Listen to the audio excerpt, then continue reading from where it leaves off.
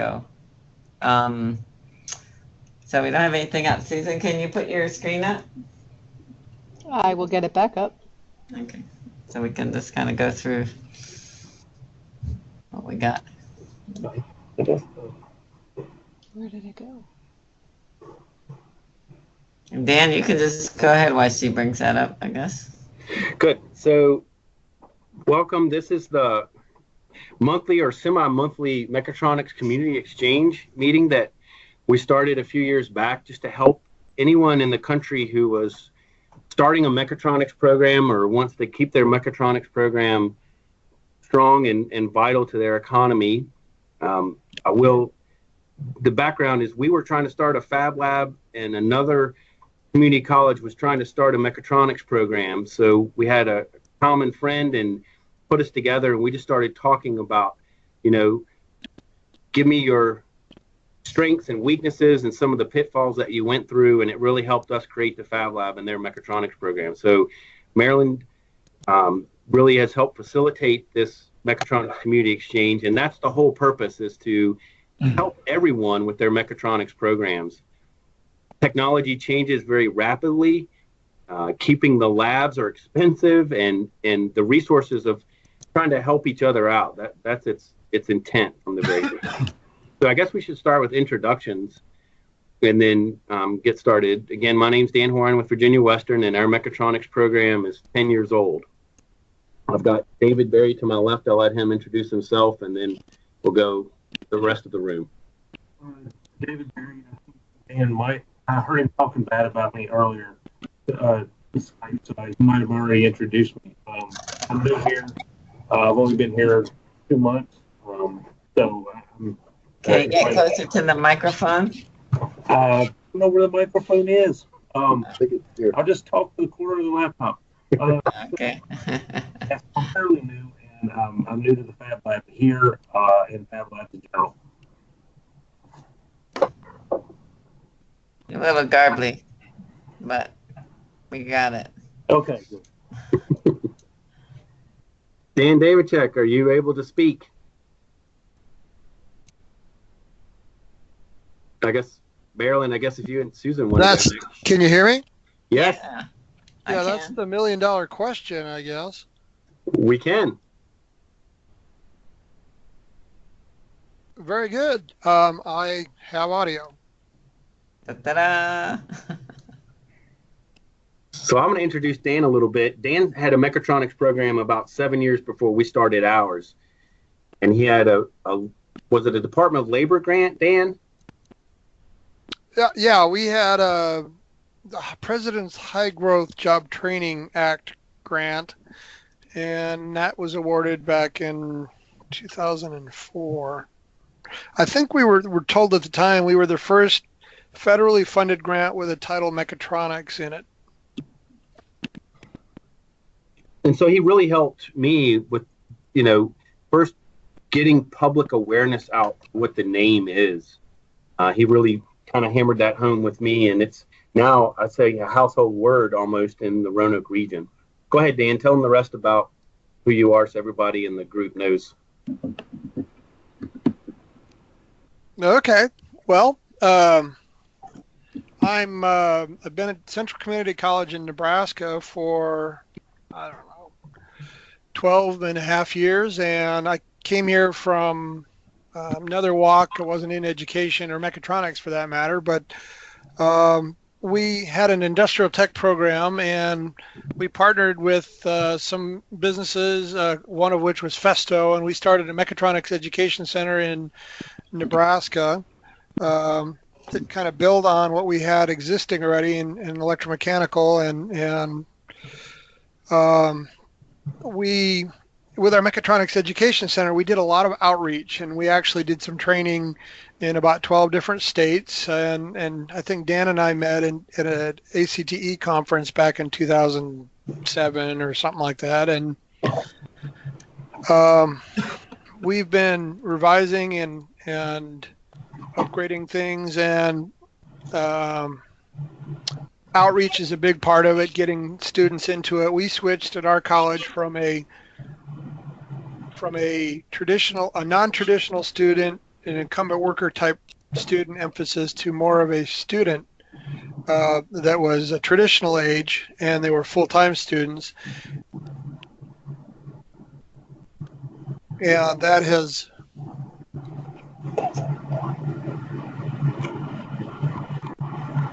Hello? Hello? Can hear you. You might have a bad connection. Yeah. No. Okay. It's going fine. Sorry. That has been, I think, largely because of the switch to the mechatronics program.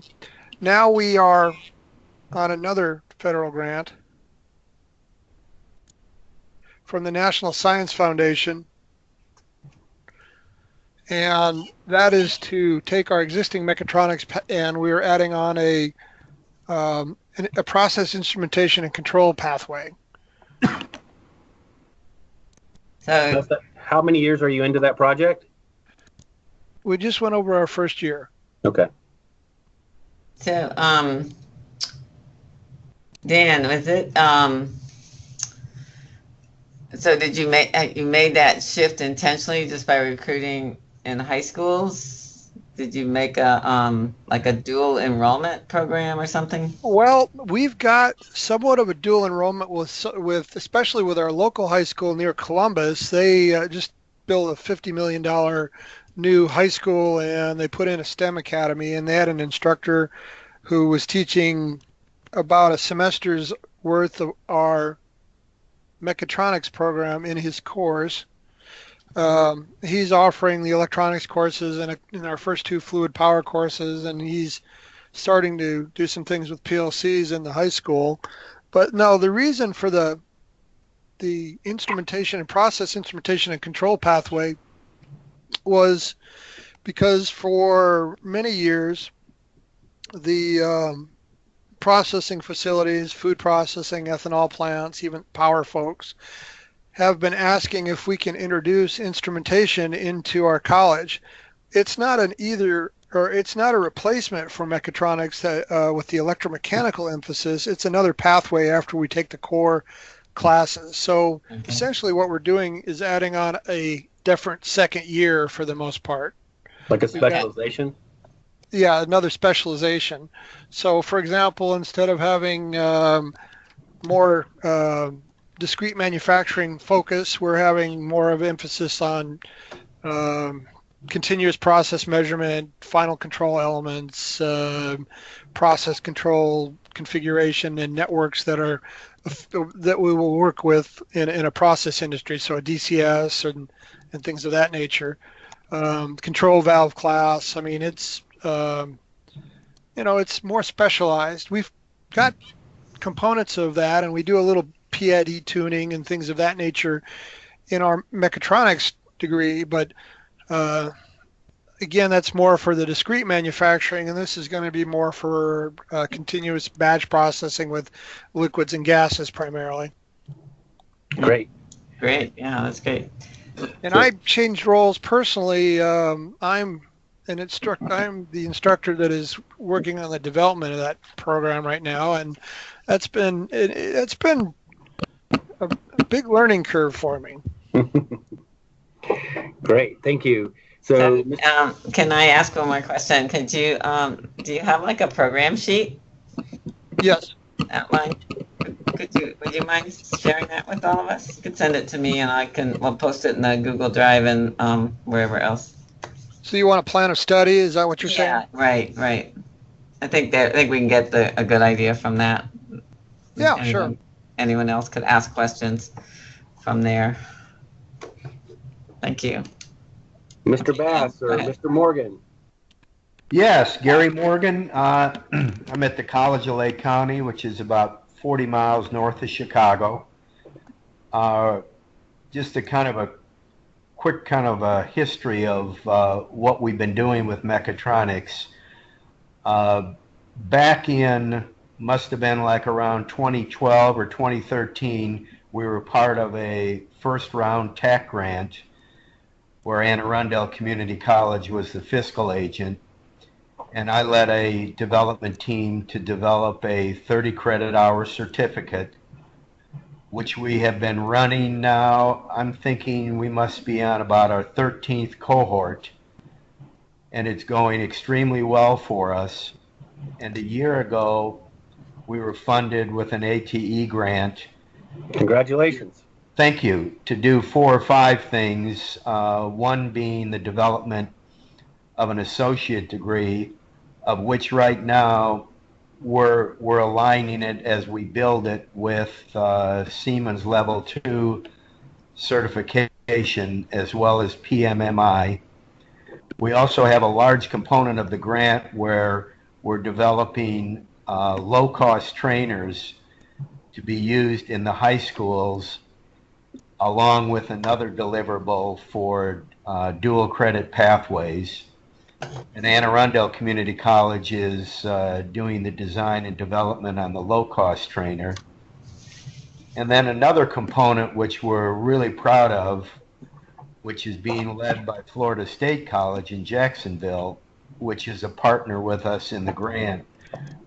We ran our first, what we call Southern Working Connections, this past summer, where we had high school faculty there that are interested in developing dual credit pathways with their home colleges.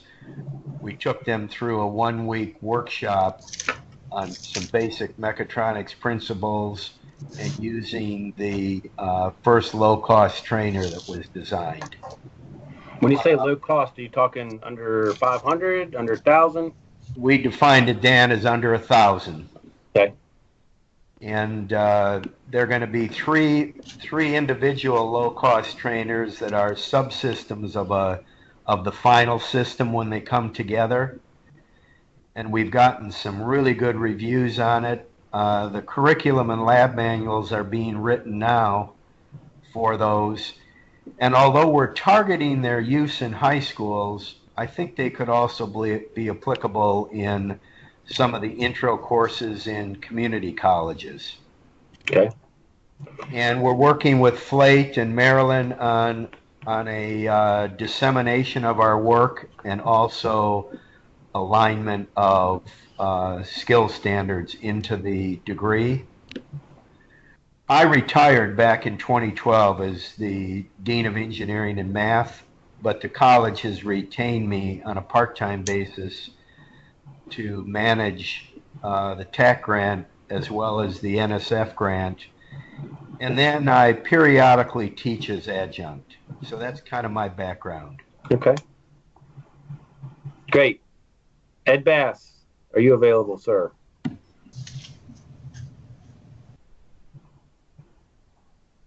You're on mute in case you did not know that. Marilyn, I guess you would like to go next, or Susan? Okay, it's Marilyn Barger, and I'm the director of the Flate Center, and trying to promote mechatronics as the way to go for some of our automation, advanced manufacturing, etc. programs, not just in Florida but around the country. And you heard Gary mention FSCJ in Jacksonville that hosted the workshop this summer. I'd just like to put a plug in for that workshop. It was pretty amazing to have high school teachers there. I think there were 11 or 12 for a whole week, really spending a lot of hands-on time building their own little system. You know, we had it all the parts and pieces there, and they were loving every minute of it.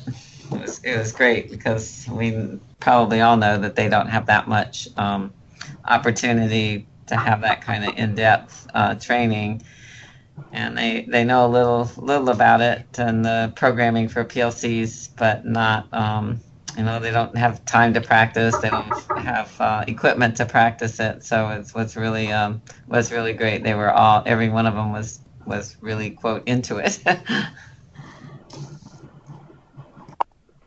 Great, thank you. Mr. Bass, I see your mute came off. Uh-oh.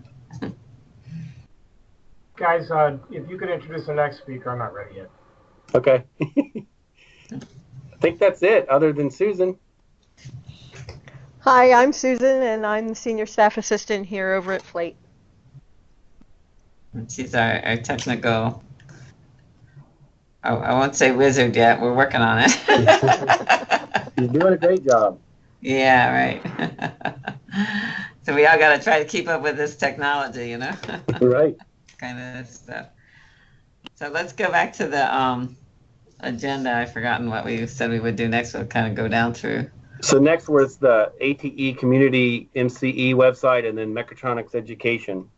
Okay, so let me see if I can figure out how to get back to the present the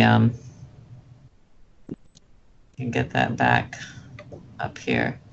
So just to remind everybody, what happened to it? I don't see it.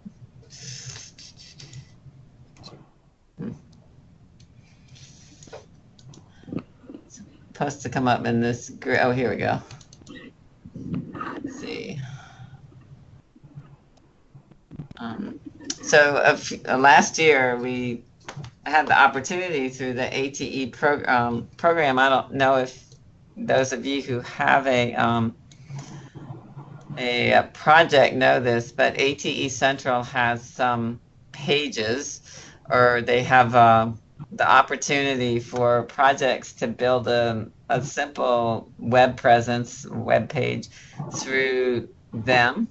And it's, you can just contact them and request a site and tell them what, who's going to be the lead for it. So it's a nice way for a project to get some web presence and an NSF ATE project without having to go through the college, because I know sometimes that's quite a challenge. They've got their system. Sometimes it's hard to butt in with a page or two on the college sites. So atecentral.net is that website, and you can just ask the info about a microsite. It's called MICRO microsite.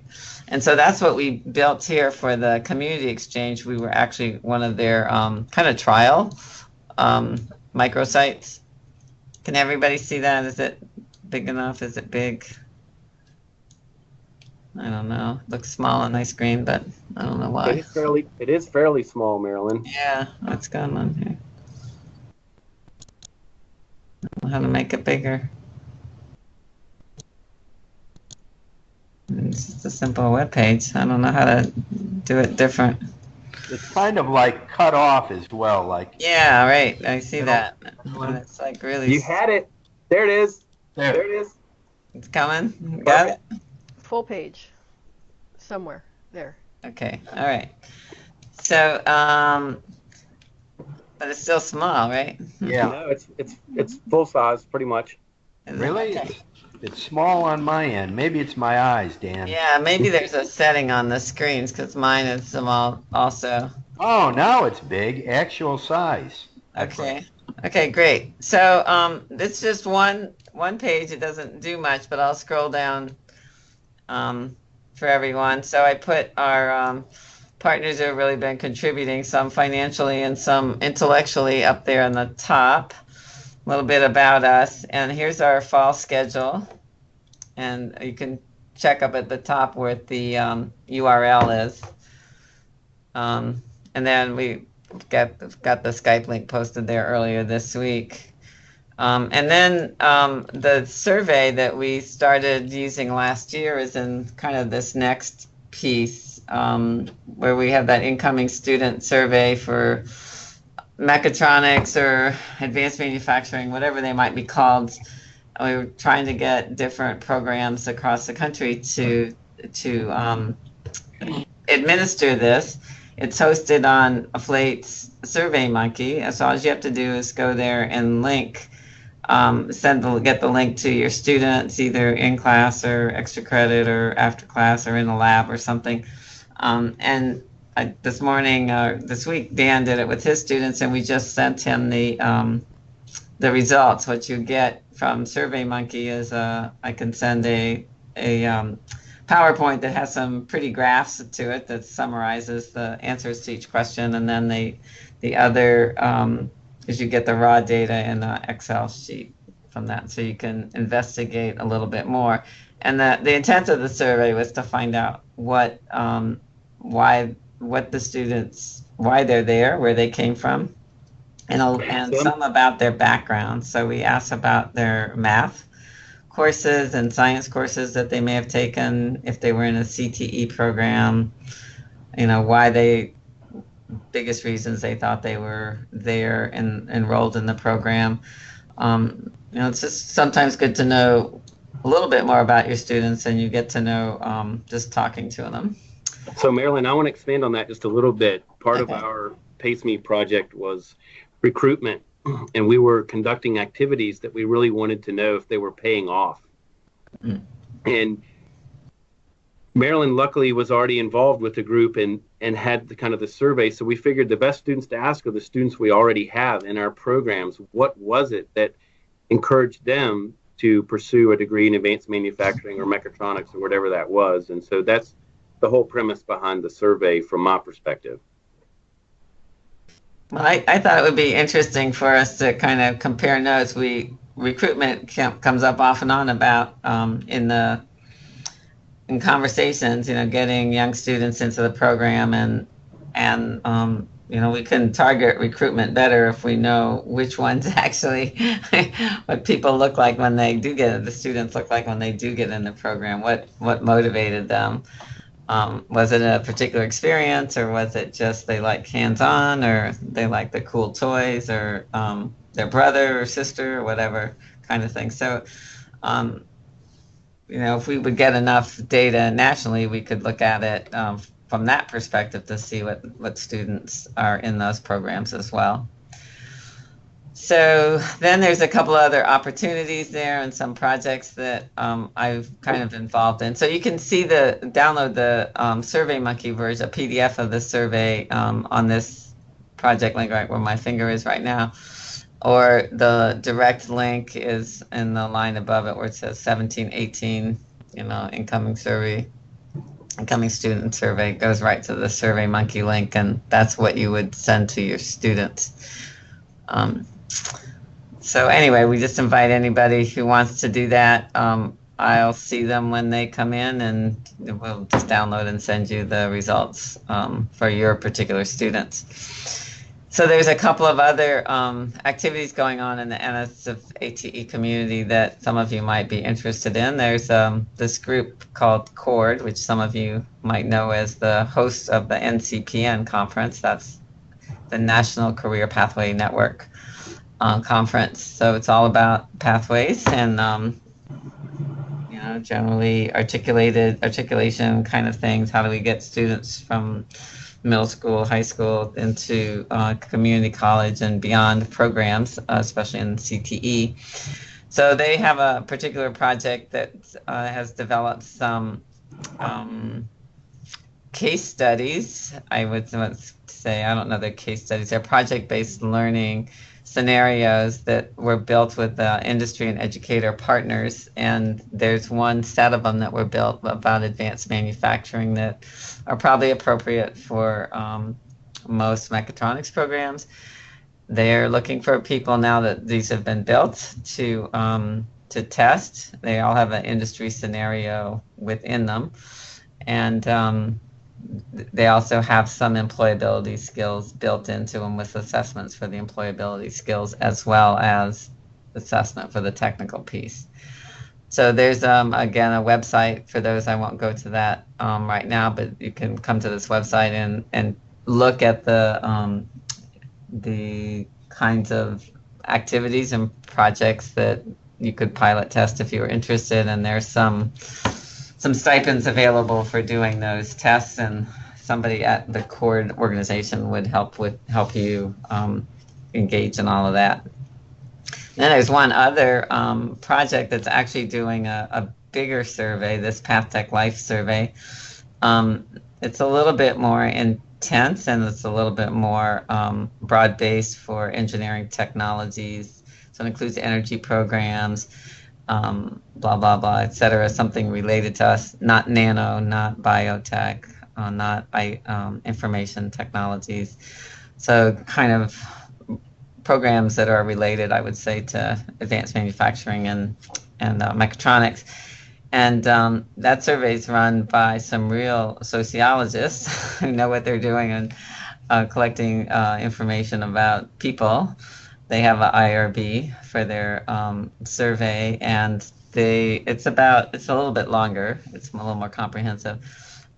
They have are opening the survey again this fall. They did a little bit last spring for 2-year students.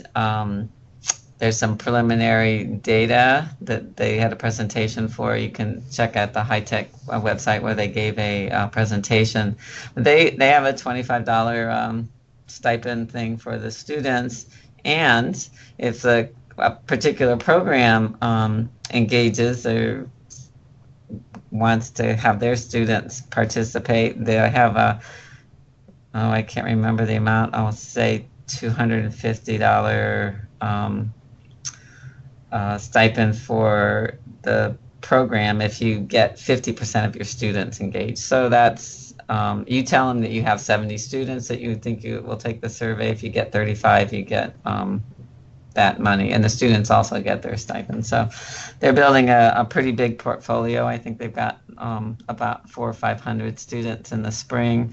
They're looking for, I don't know, 2,000 or 3,000 to get a good idea what these students are, where they came from and where they're going and what some of their motivation is as well. Similar, a little more depth in the individual, some socioeconomic questions, that kind of thing as well. So a little bit more personal information about the students.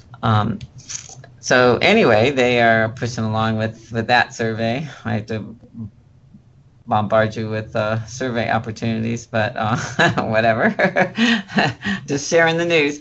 And then I got this map together. We worked on it a little bit last year, and it wasn't quite coming out good. But now it looks like I think everybody who's on our contact list now is on this map, so you can see where these projects are. These are the mechatronics programs that are on this mechatronics email list that we have. So you can see some of your dissemination if you talk about the project that you're doing. And down here are these a little bit about all of us who are working on the platform. And somewhere there's the link to the Google Drive, which I don't know where that is right now, so I'll pass on. I have to show that. But the important piece is it's up here, ATE, ATE community, ate.community/MCE for the Mechatronics Community Exchange, this site, this website, and it's HTTPS because I guess that's how they set it up at the ATE Central. So I do encourage you to come here and check out some of these opportunities, but also encourage you to go to ATE Central and put together a pretty simple web page to disseminate some of your own work for ATEs. Those of you who have a project right now would be a good thing and a good check off on your dissemination to do as well. And this is so simple that I was able to do this without any instructions, and I haven't built many web pages in my day, except way back in the HTML all coded scripting days. So that's it for this page. What's next on the agenda? Let me stop presenting.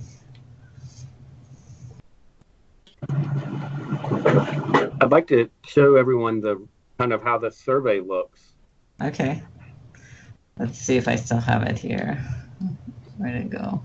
So you can download the PDF of the survey, but I encourage you to use the SurveyMonkey because it gives you lots of data analysis where if they fill it out as a PDF file and hand it to you, you've got to enter all that information and analyze it. And it's as easy as I did the surveys yesterday with my students, and I have this results today because of Marilyn's wizardry.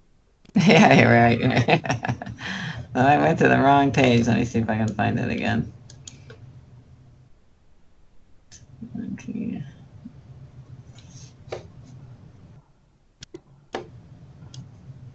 Well, just go on. I'll see if I can find it, Dan. I wonder if I can I share my screen? Oh yeah. Well, yeah. Sure. I'll let's see if I can unshare. I have to get off, I think. Or can you just butt in? I've clicked share. It says sharing controls are disabled by policy. To share, ask someone in the meeting to make you a presenter. Oh, okay. Well, you know what? I have your results. That'll work. It'll take me a minute to get them. Which one? What do you want me to show? The PowerPoint. PowerPoint. Yeah, I'll get the pictures out. Data. I've also made everybody able. Oh, okay, great. All right, so now this is coming up, and I gotta go and share again. No, I do that. Where is it? PowerPoint came up and hit everything. So while we're waiting for that to come up, Dan Davidchik, we are just adding process control to our mechatronics program as well. We got a $310,000 budget amendment to be a certified instructor training center for Siemens Mechatronics, and in that we added process control. So David and I are going to reach out to you about the instrumentation and process control specialization someday, sir. That would be good. That'd be exciting. We have process control classes here actually as electives in the program at HCC. So I know we developed them for some industry training, and then morphed them the year after that or 2 years after that into the program courses. I've lost my oh, here we go. I was gonna say couldn't find my Skype page to get to share this. And here we go. I can do this now.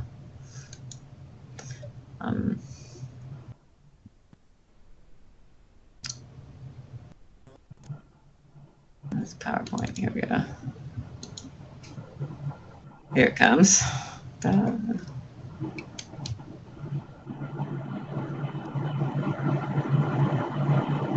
So let's see. A little tiny picture again on that screen.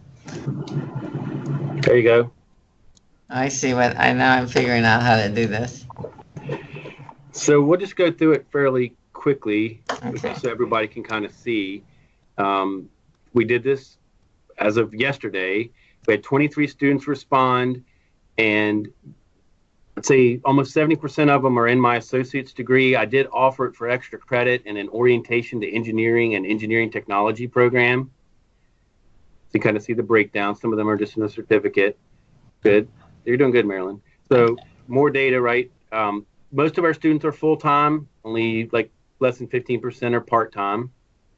So this has the graph and then the data on. So that's what's happening. You're seeing the actual numbers come up. I'm skipping over those. Diversity is always the key, but the percent of our population, it just mirrors the percent of our population, and we're working on more diversity. We were well under 5% female, and now we're over 20% female enrollment. Awesome. So we have done really well there. Yeah, that's a great number. I didn't focus on that last time. I looked at these. So most of our students are straight out of high school or within a few years. We do have some, but our college, for some reason, is seeing that big decline from 25 to 40. And I was telling Marilyn earlier, we think that's really because there are enough jobs out there. This is a good question, figuring out, like, relative to retention, not necessarily recruitment, what math classes did they have before they came to us? And even though they had these math classes in Virginia, we have to take a placement test to guarantee the ability to benefit. So even though they made an A in Calc 2 in high school, they prove that they can't do fractions. They have to kind of get brought up on that before they start. So you can see majority of the students came through probably trig, definitely geometry, and a few of them into Calc 1.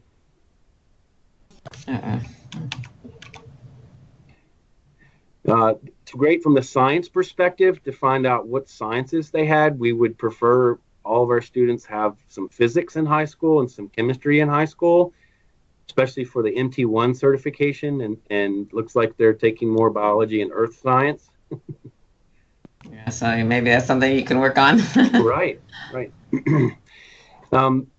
Most of them, some of them went to work, but the majority came straight out of high school into the program of study. And this is, I think, one of the most important parts of how did you find out about the program? What we find is Virginia Western and the mechatronics program has got this reputation of being the best kept secret in our region, and that's not a good thing. So I'm trying to find out, how are they finding out about the program? And I've invested, and we did a planning grant for $200,000 where I really reached out to the high school teachers. And a big part of our project is building a cadre of faculty and a network that supports them in their teaching. So the high school teachers are giving us very good recommendations. The high school counselors are third, and then college faculty, other college faculty, and that's probably the faculty in our engineering transfer program that are telling students you probably aren't going to make it through Calc 3 and DiffEQs. You maybe ought to look at engineering technology. Yeah, I think it's really interesting. It's didn't we have I don't know that they're all showing up here. Maybe they are, because we had newspaper down here. Why didn't we have websites? It's not on here. We should probably add that. Yes. And we have a STEM H summit that maybe if we have a recruitment activity or you all have one, we could send it to Marilyn and get it added to the list. Yeah. Oh, here they are. I knew there was more. TV, internet, and other. And I think we're always, trying to make nice brochures and stuff, but they're not as big, they're not as successful in real, people actually enrolling. It seems like the biggest piece is somebody they know, teacher, faculty, friends, whatever. So it's interesting. We should be maybe putting efforts in different areas for recruiting. And this is probably surprising to the group, right? That the parents, almost 35% said had no influence. Yeah. Maybe a third said minor influence, but you'll see in a little while, they might not have been just to enter, but to first take classes, right? Look right here. Who helped you make the final decision to enroll? The parents jumped up there.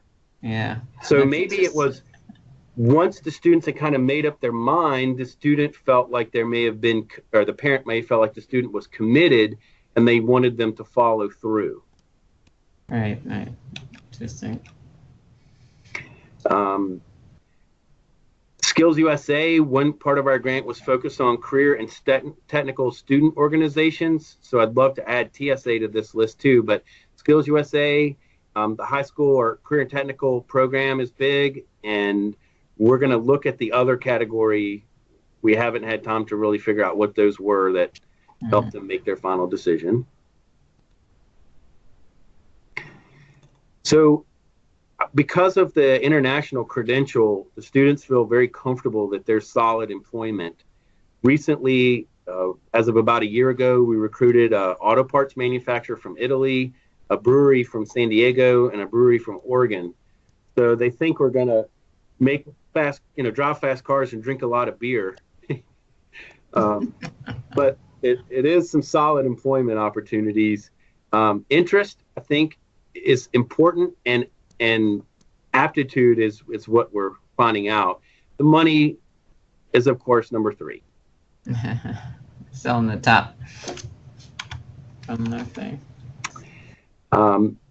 Many of the students plan to work full-time when they graduate, which I find interesting that a lot of our students say they want to transfer, but by the time they get to the end of the degree, they're really ready to go to work and earn a living. But over a quarter of them plan on continuing. I think that's extremely critical. Yeah, it might be good to do an exit, and see what they're doing at that. Right. Because if they have an experience in industry during their course, they may have, be in a position to walk right into a job. Right. We have a required internship, so everyone should graduate with at least some experience. Then Many of them, automotive field is second. Manufacturing is definitely number one. Energy is growing. We hope to integrate our energy management equipment that we had from our energy management program into the mechatronics lab as time goes on, so that we can focus a little bit more on energy. But definitely manufacturing and automotive are number 1 and 2. Must be it. Yeah. Is that it? Yeah, Yes. I guess that's the end. Yeah. So I just thought we'd good to share that with everyone today, so that you could see, you really get some good, useful data on what's working to get students into your program. We do a STEM H summit. We go recruit at the high schools. We do a lot of recruitment activities, and I was really kind of running out of steam when it came to recruitment. So this survey has really helped me figure out where I need to put my energy. And so where is that going to be? It's going to be in the high school classrooms. I will be going this year to the high schools. We had a nice event. We were given $100,000 to explore career and technical education. We just had a big event with all the high school counselors, and they're inviting us more and more into the high schools. So where I'm going to focus is talking with the high school teachers and getting in front of their students. And we have Terry Drumheller recruits, we have some college recruiters, but we've also found that until the program head or a faculty member comes into the classroom, they don't really believe it.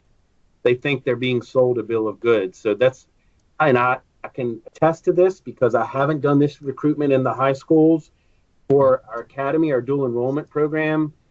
And this year our enrollment's a little lower, also because of tuition costs coming 100%. But I think it's also attributed to us not being there. Okay. So in essence of time, about 8 minutes left, I think we should move into what topics would people like to hear discussed. Dan, let's go to the time. Okay. So before everybody got on, the question came up, why are we doing this at 3 o'clock in the afternoons? And we said, I don't know, it's kind of habit.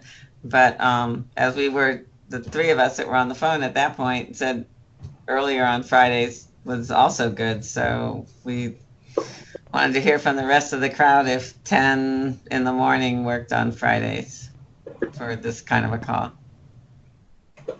Yeah, David has a good point. What if we made it 11 o'clock on Friday so that it would at least give the West Coast crew a chance to get there? Yes, the West Coast. So sorry about that, you folks out there.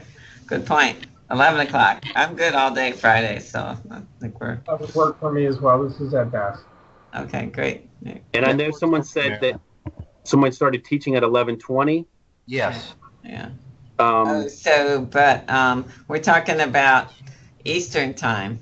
Right. So that'd be 10 o'clock for us. That would work, Right. Marilyn. So that would work for Margie. That'd be great. Okay. Well, let's do that, Dan. That's good for you, I think. Yes, ma'am. 11 o'clock it is. 11 a.m. So we'll swap it till 11. And I didn't memorize when the next meeting was, but I think we pushed it to. Did we have one in October? Maybe it's the last Friday of October. October 27th. Okay, thanks. October 27th.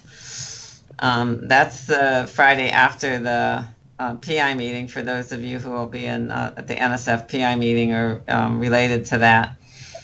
I also told a couple people, and Dan, you might want to tell Doug, we have one more person on the panel. There'll be 4 people. We're having a mechatronics panel, and Monday I'll be sending out some instructions for what to do, so everybody can put together 3 or 4 slides. I don't know, 3, 4, or 5 slides, but no more than that, to start the conversation. So we can provide the same kind of information, a little bit about the program, a little bit about the project focus, a little bit about your institution and the students that are in your program, maybe a little, how many and demographics, that kind of thing. Are you doing these older students, or they right out of high school, like in Dan Horine's case in Virginia Western? So I'll be sending that out to those of you who that applies to, which is most everybody on the phone, and on Monday. So our enrollment's gone from 43 to 141 Wow, in the past 2 years. that's impressive. Excellent. So, Very good. So, and then what topics? I know Marilyn and I spoke this week about a math topic and how the topic should be taught, should they be expanded or condensed. That's something that we've had interest in. I was explaining to Marilyn that when I increased the math level, Gary, to do the Siemens Level 2 certification to include at least pre-calc with trig. Yeah. And I'm just going to go ahead and say this. I was told by some faculty at the college that my students were too stupid to pass that math. Yeah. So that raised the hair on the back of my neck. And after I calmed down a few months later, I started offering a 1-credit, 3-hour lab class called EGR 105, Problem Solving in Engineering and Technology. And I just solve their math homework with them in that class. I thought you were going to tell me, Dan, you made it Calc 2.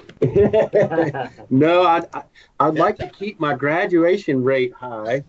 No, I mean after they told you your students were too stupid for that. I know, but that really made our me want math to make department, it Calc 2. our math department is the ones that said that, and so I understand it well, Dan. yes, I have to support them, and they can do it. They just can't do it without repetition and without some thought-provoking. So telling Marilyn, from being in this NSF AT community, I was able to get a book from Crazy Chuck, and I'm using that in the class, and it's been very helpful. So I didn't know if that would be helpful for everyone else in the group to talk about how are we addressing the math deficiencies of our students. Yes, that would be very helpful to us, Dan. maybe we can do a round robin of what math people require as real courses and how much they're teaching, kind of just in time. Some programs work on that kind of premise, and others are doing. I think this idea that Dan had is really great. The problem for us is we can't add any more credits to our program. We'd have to make it elective if we did something like that here. Make it an elective; they'll never take it. Yeah, I know. That was my next statement. And then I had students that take all their math and didn't want to take the 1-credit math class, and then they've got to take the 1-credit math class before they graduate. This help class. So I'm trying to find a way to hard code it as at least a co-rec. And I guess we'd like to, on other topics, to hear from some of the other projects more about it. If we move our time up, I was hoping to get one of Gary's partners to show us this trainer that he's been working on and developing, and the one they used part of it in the summer Southern Working Connections workshop with those teachers. That would be a good thing to share. And I'd be happy to follow up with Tim on that, Marilyn. Okay, see if he's is he going to Washington? Yeah, we can. Well, I'll probably talk to him before then, but I'll check with him for sure. Okay, I was thinking it's right after that. He may be crammed up with stuff, but anyway, see if he'd be interested in talking through what he's got. He's got a lot of stuff already, so he wouldn't need to do too much. So, okay. Except be on the line. Marilyn, something I'd be interested in if other folks have experience in this, we're going to have what we're calling a manufacturer's breakfast, where we're going to invite manufacturers in from our district to kind of unveil our degree, if you would, for the fall. Yeah. And talk about, what we can do for them and what they can do for us. And I'd be really interested if there's others on the call that have done that before and some of their experiences. Well, I think maybe that would be a good topic, just how everybody does their advisory quote kind of meetings, or whatever they're called. I know Dan Well, calls it this a would be summit. more. This would be more of a, not so much advisory committees. We have those. This would be just an invite to the manufacturers in our district to come to the college. So strengthening the industry relationship. Yeah. Yeah, Right. Okay. but That sounds if When are you anyone do- has experience, that sure would be valuable to us. When are you doing that? We haven't selected a date. Oh, okay. I don't imagine we'll do it, in the next 3 or 4 months. Okay. They're getting a new building, so they'll be moving their program for the rest of you. So probably after that, I guess. Yeah, I would think it would probably be February-ish or maybe March. Okay. All right. Well, we'll put it on the docket. Mr. Davidchik, could we put like instrumentation or process control on the docket, possibly for spring? Yeah, that'd be great. Honestly, the instrumentation program and how we're developing it, it's tied in quite a bit with how we work with our business industry leadership team. We kind of partnered with Ann Behaler out of the Biotech, is that right?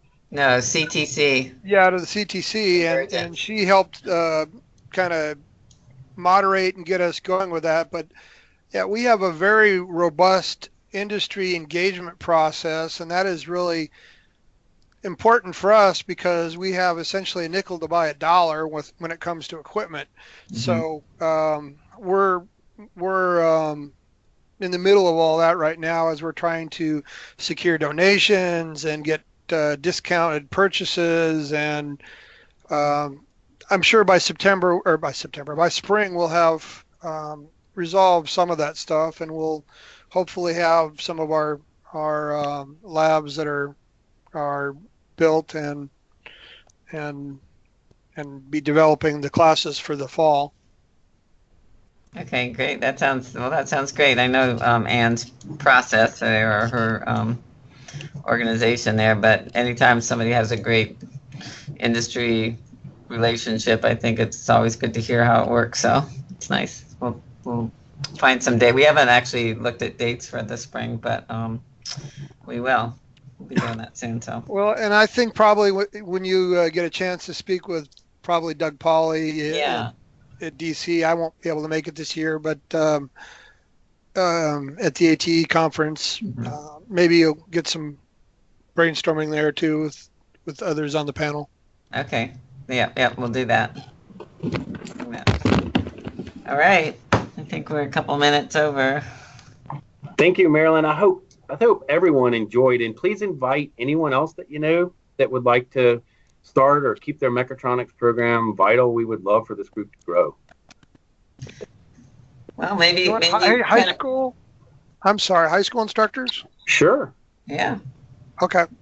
Especially if they can get, it might be challenging for some to get out in the middle of the morning. Remember, we're going to move this to 11 Eastern.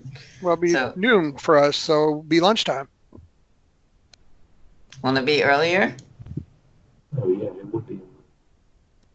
So 11. Yeah, you're right. My bad. Yeah, backwards. big deal, are you in Central? Yes. Yeah, so it would be 10. But you never know. Sometimes the CTE teachers have, kind of Planning flexible block stuff going on. The whole key is this. What I learned from the high school teachers is they're struggling just to keep their head above water, and if we can help them, that really helps us, right? We get better quality students when they get to us from their programs. So, well, thank everyone. Thank you, Susan. I know David and I have to run, but we hope everybody has a great weekend. Yeah, Thank you, next. Susan. Thanks, Marilyn. All Thank you, everybody. Have a good one.